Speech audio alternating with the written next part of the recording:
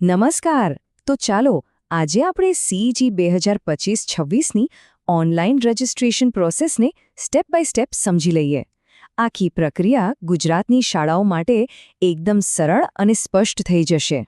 આપણો મુખ્ય હેતુ એ છે કે આખી પ્રક્રિયા ભૂલ વગર અને ફટાફટ પૂરી થાય, જેથી આપણો કિંમતી સમય બચે અને કામ પણ એકદમ ચોકસાઈથી પૂરું થાય. કોઈ પણ કામ શરૂ કરતા પહેલા થોડી તૈયારી કરી લેવી હંમેશા સારી રહે છે, ખરું ને?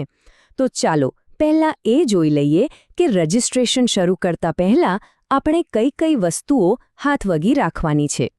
જુઓ, આ લિસ્ટ પ્રમાણે જો તૈયારી કરીશું તો કામ બહુ જ સરળ થઈ જશે.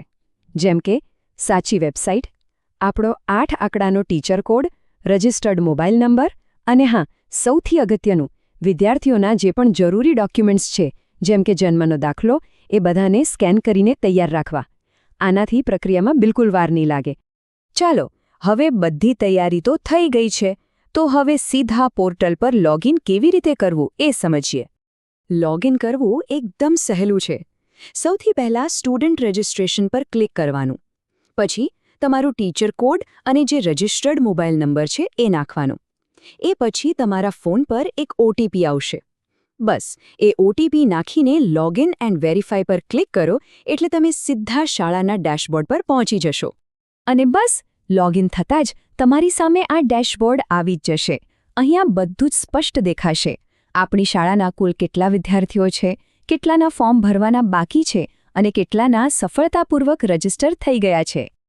ઓકે, તો હવે આવે છે આખી પ્રોસેસનો સૌથી મહત્વનો ભાગ, એટલે કે દરેક વિદ્યાર્થીની વિગતો અને એમના ડોક્યુમેન્ટ્સ અપલોડ કરવાનું કામ.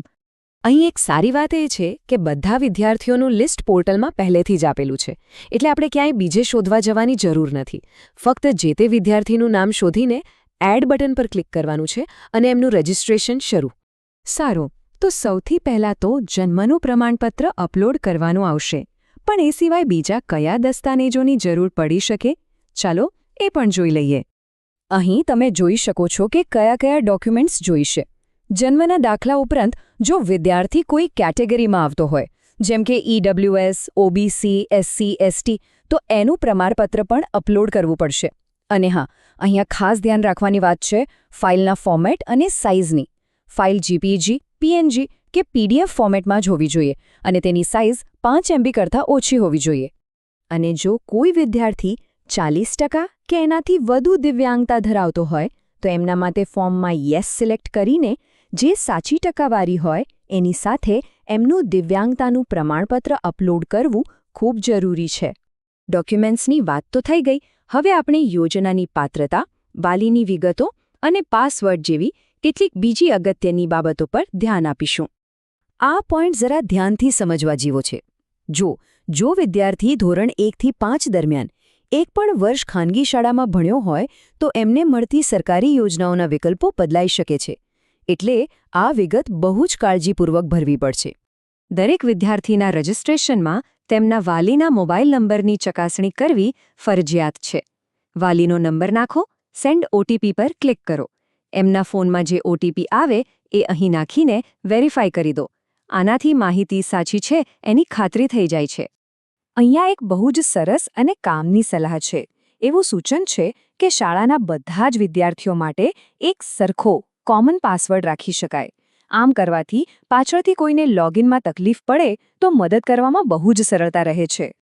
બસ હવે આપણે લગભગ અંત પર આવી ગયા છે. ચાલો હવે એ જોઈએ કે ફોર્મ કેવી રીતે ફાઇનલ સબમિટ કરવું અને એ સફળતાપૂર્વક ભરાઈ ગયું છે કે નહીં એ કેવી રીતે ચેક કરવું. પાસવર્ડ સેટ થઈ જાય પછી છેલ્લે બસ એક કન્ફર્મેશન બોક્સ પર ટિક કરવાનું છે અને સબમિટ રજિસ્ટર બટન દબાવી દેવાનું છે. બસ આટલું કરતાં જ તે વિદ્યાર્થીની અરજીની પ્રક્રિયા પૂરી. અને જેવું તમે સબમિટ કરશો ને તરત જ તમને મુખ્ય ડેશબોર્ડ પર અપડેટ જોવા મળશે. રજિસ્ટર થયેલા વિદ્યાર્થીઓની સંખ્યા તરત જ એક વધી જશે. આનાથી ખબર પડી જાય કે આપણું કામ સફળ રહ્યું. હવે આપણો ધ્યેય એક જ છે. બાકીવાળી યાદીમાં જેટલા પણ વિદ્યાર્થીઓ છે એ બધા માટે આ જ પ્રક્રિયા દોહરાવીને એ લિસ્ટને 0 પર લઈ આવવાનું છે. આ ફક્ત એક વહીવટી કામગીરી નથી. આ રજિસ્ટ્રેશન પ્રક્રિયાને યોગ્ય રીતે પૂરી કરીને શાળાઓ એ સુનિશ્ચિત કરે છે કે દરેક લાયક વિદ્યાર્થીને તેમના ઉજ્જવળ ભવિષ્ય માટેની એક સાચી તક મળી રહે.